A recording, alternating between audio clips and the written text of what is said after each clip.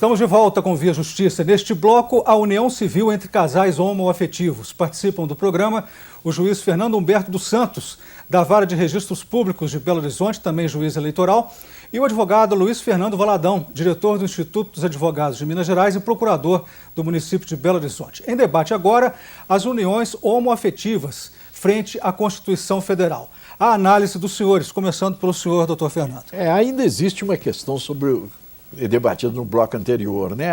De transexualidade. A transexualização, entendo eu, só se justifica quando a pessoa está desconfortável no corpo masculino, no corpo feminino. Se ela está desconfortável, aí sim, ela faz a mudança através de cirurgia e tal, e de mudança, a transexualização é isso. Agora, a questão do nome, né? Uma vez a pessoa ganhando aparência diferente do que tinha, essa aparência deve se adequar ao nome, é uma questão de dignidade da pessoa.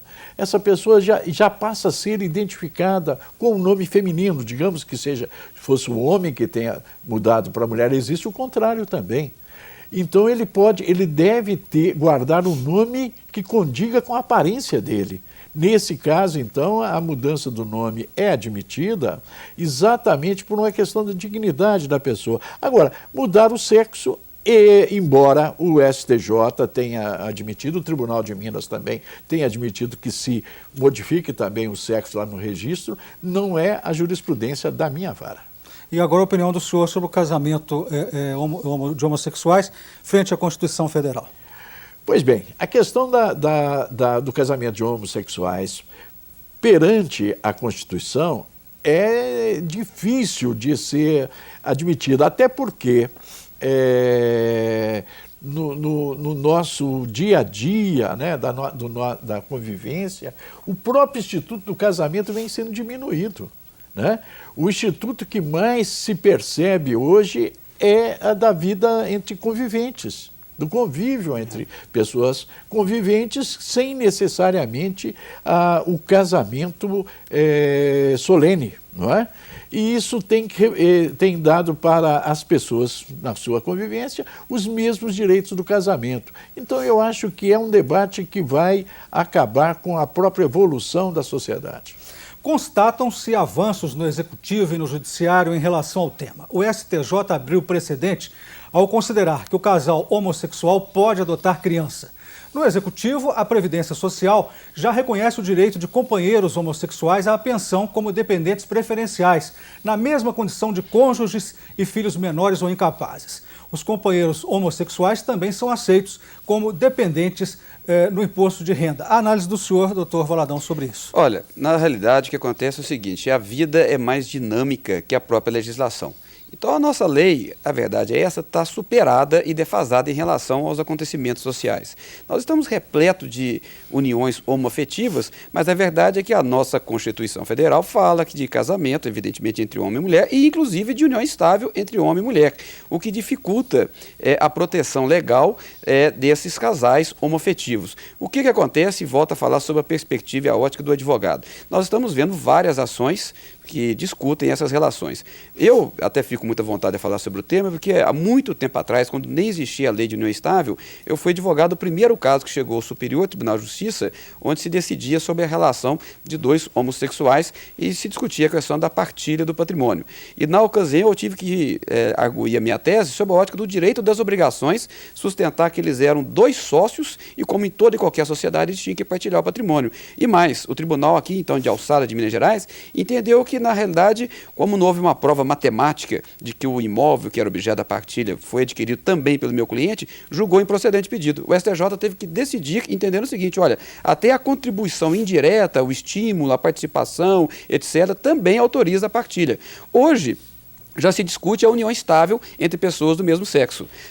Nós vamos ter que debater mais o tema para tentar adequar a realidade e alinhá-la ao que está previsto na lei. Aí que o STJ está inovando de fato, permitindo algumas benesses aos casais homoafetivos. A Procuradoria-Geral da República entrou com ação no Supremo Tribunal Federal para obrigar o Estado brasileiro a reconhecer a união entre pessoas do mesmo sexo como entidade familiar. A ação pede que o artigo 1723 do Código Civil de 2002 seja considerado inconstitucional. Este artigo reconhece como família apenas a união estável entre homem e mulher. Isso significa, doutor Fernando, que o judiciário está nessa construção jurisprudencial, né, até avançando em termos para modificar a Constituição. Bom, o que é a lei? Né? A lei deve ser, na lição do Miguel Reale, né? A lei deve ser fruto, né, dos valores e das necessidades sociais. Se as necessidades sociais, como disse o doutor Valadão, vão exigindo que a lei modifique, né, é necessário que ela modifique, sim, porque os valores da sociedade vão evoluindo. O que eu acho é que a jurisprudência tem que ser conservadora. A jurisprudência deve ser conservadora, porque o que deve evoluir é o sentido da valorização social traduzida em quê? Na norma jurídica. Enquanto não existe uma norma, enquanto a Constituição impede, é difícil de que a jurisprudência possa atropelar, nesse tempo, a construção legislativa. O senhor concorda com ele que a jurisprudência tem que ser conservadora, doutor Valadão? Olha, eu concordo em termos, né? Na realidade, a jurisprudência, em vários exemplos que nós podemos citar aqui, ela está, às vezes, evoluída além da própria legislação. Agora, nós, sobretudo os advogados, que somos os verdadeiros construtores da jurisprudência, nós é que temos que ter a criatividade de inovar. Então, o que eu digo? Olha, numa situação de relação homoafetiva, o que deve fazer o advogado se está querendo defender os interesses de um dos integrantes lá do casal? Entrar com um pedido de sociedade de fato, mas pedir também, bem primeiro, o reconhecimento de união estável, mas por cautela, se assim não for admitido, que se reconheça uma sociedade de fato. Então, há condições? Há. Só que a via que sobra para os envolvidos, ela é mais difícil. Por quê? Porque a lei não agasalha ainda a pretensão deles. O que deve acontecer? Eu acho que sempre é assim que tem funcionado no Brasil. Todas as reformas legais assim retratam. A jurisprudência pressiona, pressiona, pressiona e atrasadamente vem um legislador e se adequa à realidade da jurisprudência. Eu acho que no caso dos homossexuais é o que vai acontecer. A lei vai acabar se adaptando à própria jurisprudência que está forçando para que possa ser adaptada à realidade. Doutor Valadão, doutor Fernando, muito obrigado aos senhores por essa participação. O Via Justiça de hoje termina aqui. Este programa é uma parceria da TV Assembleia com a Magis, Associação dos Magistrados Mineiros. Queremos ouvir suas críticas, perguntas e comentários. Fale com a produção pelo telefone 31 3079 3454 ou pelos endereços eletrônicos tv@almg.gov.br ou viajustiça@magis.com.br. Até a próxima semana.